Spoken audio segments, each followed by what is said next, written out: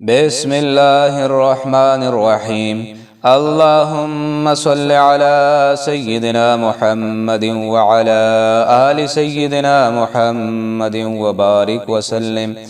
عزیز ساتھیو، السلام علیکم۔ سیرت النبی صلی اللہ علیہ وآلہ وسلم کے حوالے سے آج ایک نئے موضوع کے ساتھ حاضر ہے۔ آج کا ہمارا موضوع ہے مدینہ طیبہ میں اسلام۔ 10 سال تک برابر آن حضرت صلی اللہ علیہ وآلہ وسلم قبائل عرب کو اعلان کے ساتھ دعوت اسلام دیتے رہے، اور عرب کی کوئی مجلس اور کوئی مجمع نہیں چھوڑا جس میں جا کر آپ صلی اللہ علیہ وآلہ وسلم نے ان کو تبلیغ حق نہ کی ہو۔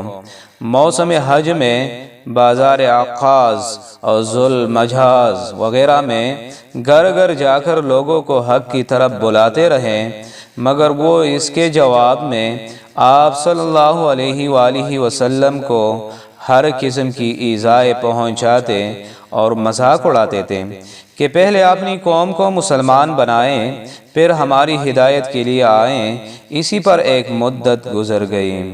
جب اللہ سبحانہ و تعالی نے ارادہ کیا کہ اسلام کی اشاعت و ترقی ہو، تو قبیلہ اوس کے چند آدمی مدینہ سے آپ صلی اللہ علیہ وآلہ وسلم کی خدمت میں بھیج دیے، جن میں سے اس سال 2 شخص اسد بن زرارہ اور ذکوان بن عبد قیس مشرف بے اسلام ہوئے، اور پھر آئندہ سال ان میں سے کچھ اور آئے جن میں سے 6 یا 8 آدمی مسلمان ہوئے۔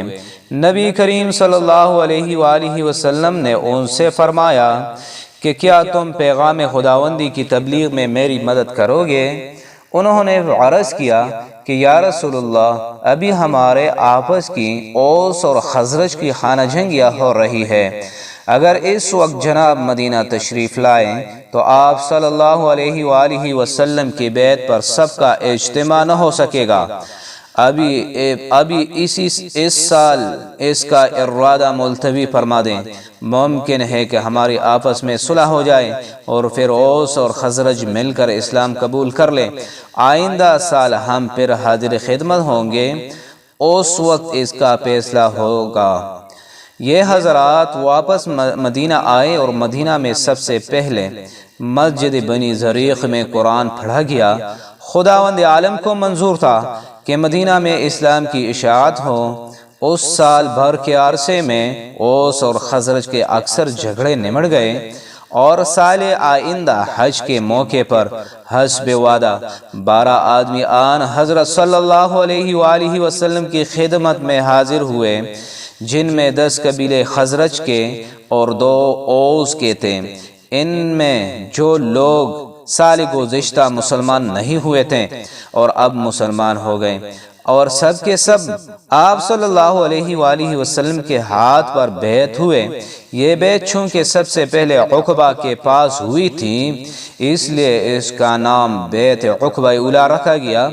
یہ لوگ مسلمان ہو کر مدینہ طیبہ واپس آئے تو مدینہ کے گھر گھر میں اسلام کا چرچا تھا، اور ہر مجلس میں یہی ایک بات رہ گئی۔